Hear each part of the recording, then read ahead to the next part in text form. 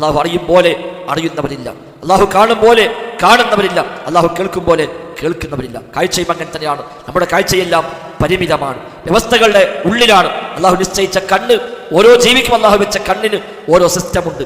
ആ കണ്ണിൽ എത്ര കാണാൻ കഴിയുമോ അതേ കാണാനാവൂ, അതിനപ്പുറം കാണാൻ കഴിയില്ല. ആ കാഴ്ച നഷ്ടപ്പെട്ടാൽ അത് അവസാനിച്ചു, അതല്പം കുറഞ്ഞാൽ അത് അവസാനിച്ചു. നമ്മുടെ കണ്ണിന് മാക്സിമം ലിമിറ്റുണ്ട്, മിനിമം ലിമിറ്റുമുണ്ട്. അതിനപ്പുറമുള്ളതും കാണാൻ കഴിയില്ല, താഴെയുള്ളതും കാണാൻ കഴിയില്ല. ശക്തമായ ലൈറ്റ് അടിച്ചാൽ കണ്ണു ചിമ്മിപ്പോകും നമ്മൾ, അത് കാണാനുള്ള ശേഷി നമ്മുടെ കണ്ണുകൾക്കില്ല. ഈ നമ്മുടെ കണ്ണിനേക്കാൾ കാഴ്ചയുള്ള മറ്റു പല ജീവികളുമുണ്ട്. നമുക്ക് ഇരുട്ടിൽ കാണില്ല, വെളിച്ചത്തിൽ കാണും. തിരിച്ചുള്ള ജീവിയുണ്ട്, വെളിച്ചത്തിൽ കാണില്ല, ഇരുട്ടിൽ കാണും. ഇരുട്ടിലും വെളിച്ചത്തിലും ഒരുപോലെ കാണുന്നവരും ഉണ്ടായേക്കാം. അതേപോലെ നമ്മുടെ കാഴ്ചകൾക്ക് വ്യത്യസ്തങ്ങളായ പരിമിതികൾ ഉണ്ട്, ദൂരത്തിന്റെ പരിധിയുണ്ട്.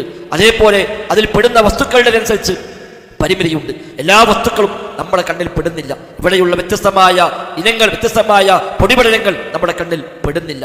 വെളിച്ചവും നമ്മുടെ കണ്ണിൽ അത് ലിമിറ്റ് അപ്പുറത്തേക്ക് ആ കണ്ണുകൊണ്ട് താങ്ങാൻ കഴിയുകയില്ല. അല്ലാഹു തആലാക്ക് ഈ വ്യവസ്ഥകളൊന്നുമില്ലാത്ത കാഴ്ചയാണ്, കേൾവിയാണ് റബ്ബിനുള്ളത്. എല്ലാ വ്യവസ്ഥകൾക്കും അതീതമായ, എല്ലാ കാര്യകാരണങ്ങൾക്കും അതീതമായ, ലിമിറ്റില്ലാത്ത കാമിലായ പരിപൂർണമായ അറിവാണ്, കേൾവിയാണ്, കാഴ്ചയാണ് അല്ലാഹു തആലയുടെ കേൾവിയും കാഴ്ചയും ഒക്കെ. വലം യകുൽ ലഹു കുഫുവൻ അഹദ്, തുല്യനായി ആരും തന്നെ ഇല്ല.